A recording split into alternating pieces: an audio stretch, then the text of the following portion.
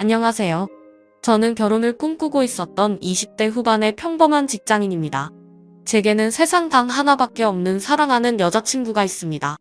여자친구와는 2년 전 처음으로 알게 되었고 저보다 3살이 더 어립니다. 저는 그녀와 당연히 결혼을 생각했고 함께 살 그날만을 그리며 살아가고 있었습니다. 매일 하루하루가 행복한 날들이었죠.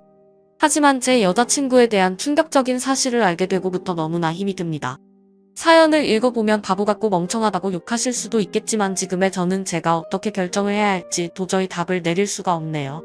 사실 이런 이야기를 올려봐야 뾰족한 수도 없을 것 같고 좋은 방법을 찾을까 싶지만 너무 많이 답답하고 힘들어서 많은 분들의 이야기를 간절히 듣고 싶어서 글을 올리게 되었습니다.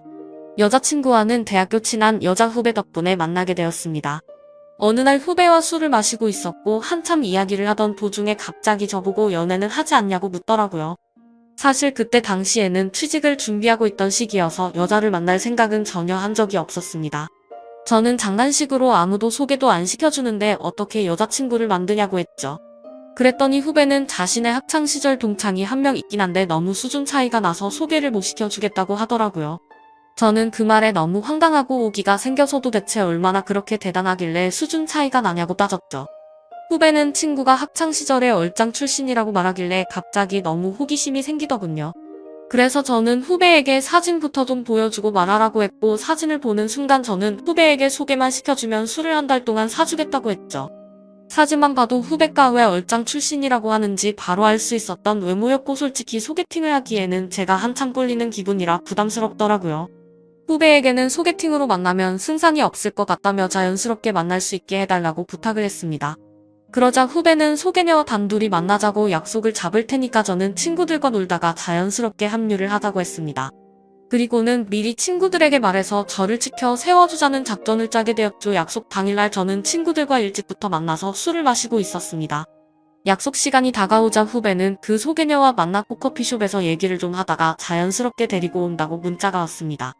저는 친구들에게 잘 부탁한다며 자연스럽게 치켜 세워달라고 신신당부를 했죠. 그날따라 너무 긴장이 돼서 시간이 정말 갈 생각을 안 하더군요. 그렇게 한참이 지나고 나서 술집 문이 열렸고 제 후배는 소개녀를 데리고 같이 들어왔습니다. 실제로 처음 보는데 정말 선녀가 들어오는 기분이었죠. 잠깐 사이에 저는 곧바로 첫눈에 반해버렸습니다. 친구들도 저 멀리서 오는 그녀를 보고 대박이라면서 속삭일 정도였으니깐요. 그날 저는 최대한 말도 조심하고 행동도 조심했습니다.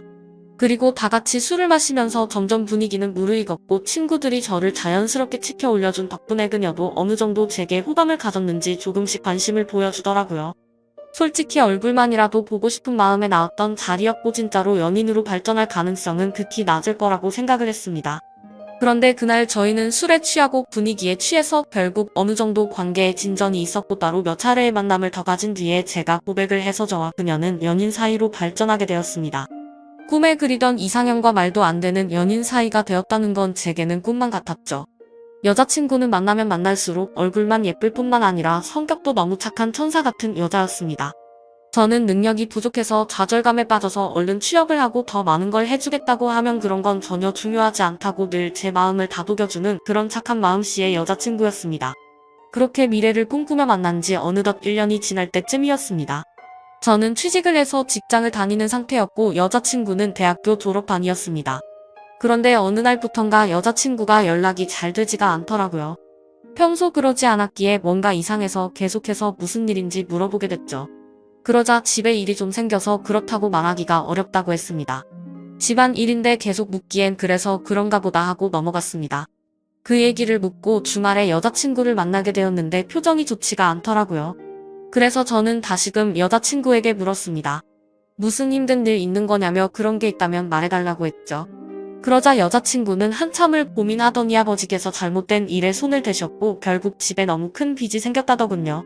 그래서 어쩔 수 없이 알바를 하느라 정신이 없어서 연락이 뜸했다며 미안하다고 하더라고요. 저는 그런 일이 있었으면 진작 말하지라고 했고 당장 제가 모아두었던 돈을 보태어 준다고 했습니다. 괜찮다고 수차례 거절을 했지만 저는 이런 상황에는 고집 부리는 거 아니라고 말하고는 돈을 보내주었죠. 그러고서 더 얘기를 해봤더니 빚이 생각보다 너무 어마무시하더라고요. 그래서 빚을 빨리 갚지 못하면 한 달 이자만 너무 심각하다는 걸 알게 되었습니다. 그래서 저는 알바를 해서 그걸 다 갚을 수 있겠냐고 물었더니 부모님도 열심히 일하고 계시고 자신도 생각보다는 고액 알바를 한다고 하더라고요.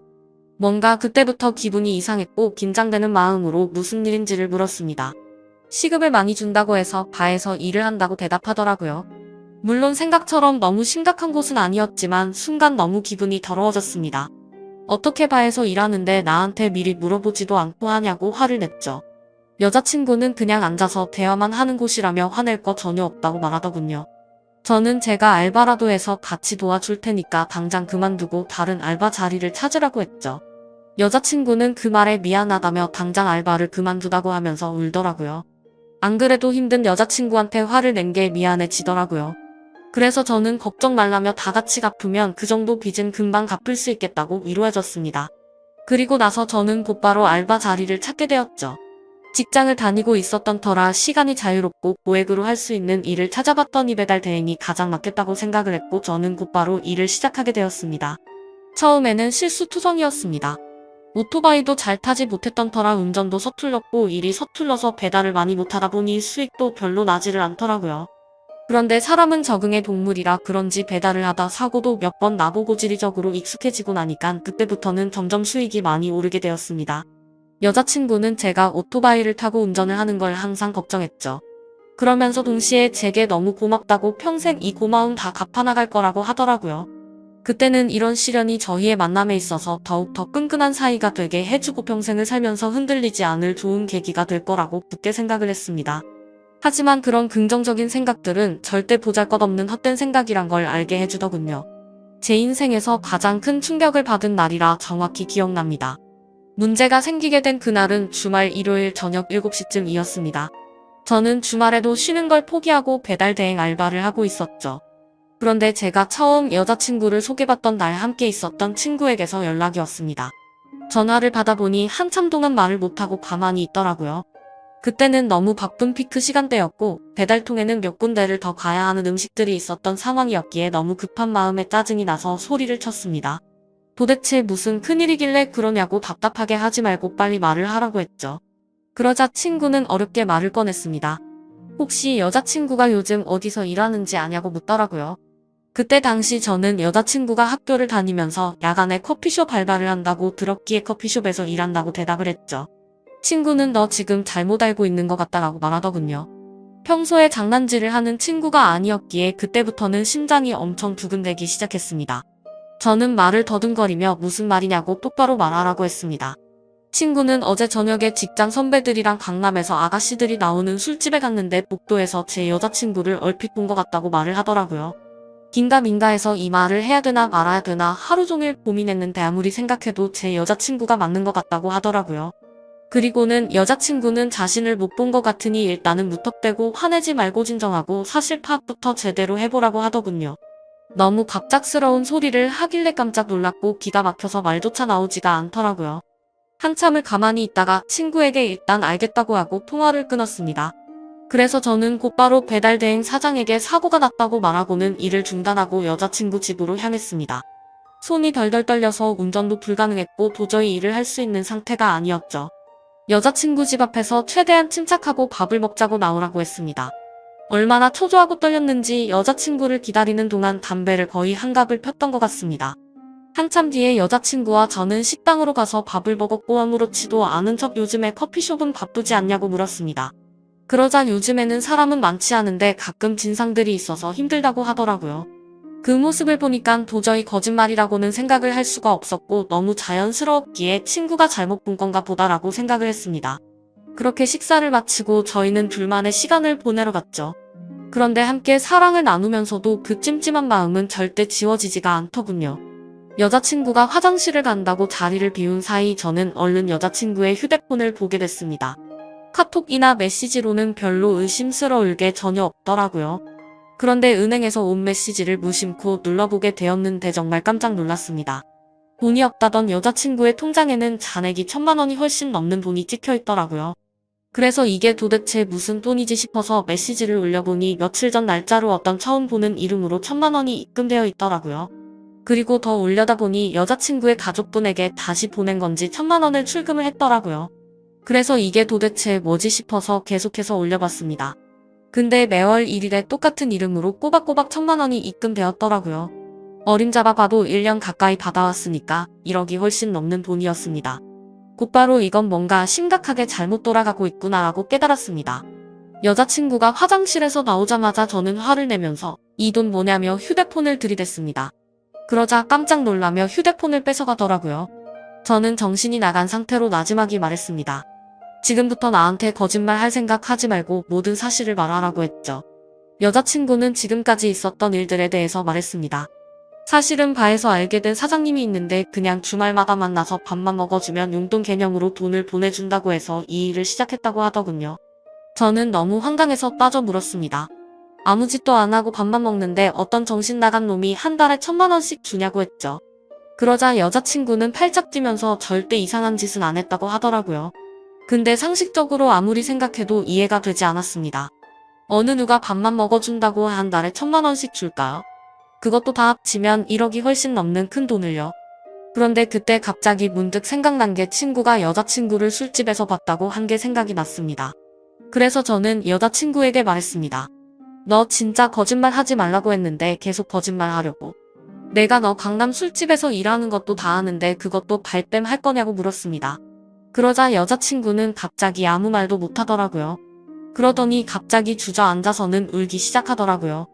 지금부터 진짜 거짓말 하나라도 하면 나는 더 이상 너 얘기 안 듣고 나간다고 말했습니다. 그런데 계속해서 울고만 있더라고요. 그때부터는 저도 제정신이 아니었고 너무 화가 났습니다. 여자친구가 쥐고 있던 휴대폰을 뺏어서는 화장실로 들어가 문을 잠궜습니다. 일단 돈이 입금된 그 이름으로 연락처를 검색해봤습니다. 그러자 사장님이라고 저장이 되어 있더라고요. 곧바로 전화를 걸었습니다. 한참 동안 신호음이 울리더니 안 받아서 끊으려고 하자 전화를 받았습니다. 목소리가 최소 60대는 넘어 보이는 할아버지 목소리더군요. 저는 바로 욕을 했습니다. 내가 이 전화기 주인 남자친구인데 너 뭐냐고 하니까 젊은이 말버릇이 그게 뭐냐고 이딴 식으로 말하더라고요. 그래서 너 손녀뻘 데리고 무슨 짓거리 했냐고 소리를 질렀습니다. 그러자 돈 주고 하는 짓 뻔하지 뭘 그딴 걸 묻냐면서 욕을 하고는 끊어버리더군요.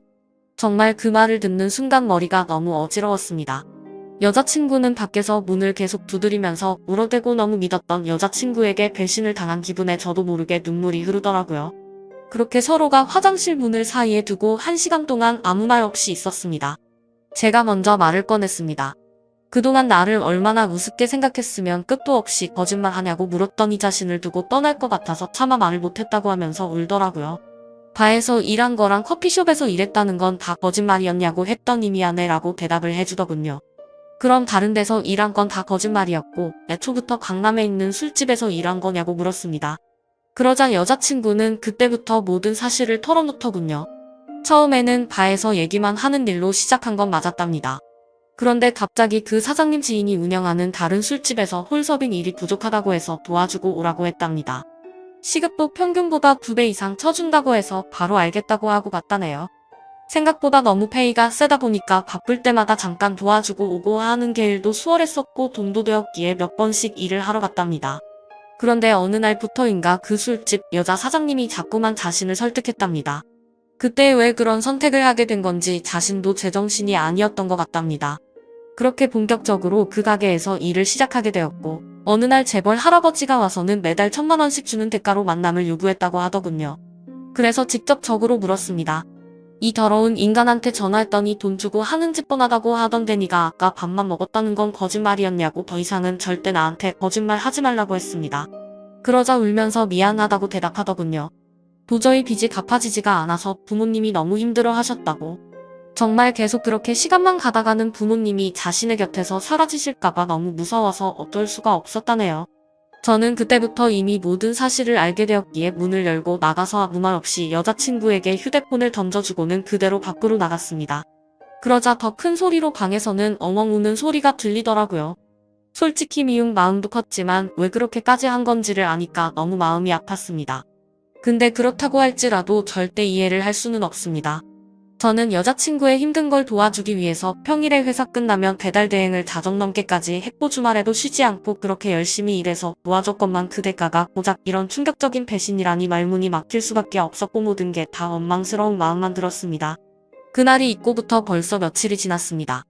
여자친구는 이제 빚은 거의 다 갚아가서 제대로 된 일을 구해서 갚아 나갈 거랍니다. 일도 다 그만뒀고 그 남자와도 다시는 연락하지 말라고 했다고 하네요. 저를 속인 건 너무 미안하고 도저히 자신의 곁에 있어달라고 말 못하겠다고 합니다. 정신 나간 자기 같은 여자는 잊어버리고 꼭 행복하라며 오빠는 행복할 자격이 있는 사람이라고 하네요. 차라리 여자친구가 뻔뻔하게 굴었으면 이렇게 마음이 더 아프지도 않았을 것 같습니다. 정말 태어나서 처음으로 평생을 함께하고 싶었던 여자친구였는데 이런 사실이 모든 게 다 꿈이었으면 좋겠습니다. 솔직히 이렇게 많이 사랑하기에 저는 지금도 말도 안 되는 고민을 하고 있네요. 제가 여자친구를 용서해주는 게 맞는 걸까요? 어떤 선택을 해야 할지 정말 모르겠습니다. 저보다 현명한 분들이 많으실 테니 부디 제게 한마디씩만 부탁드립니다. 감사합니다.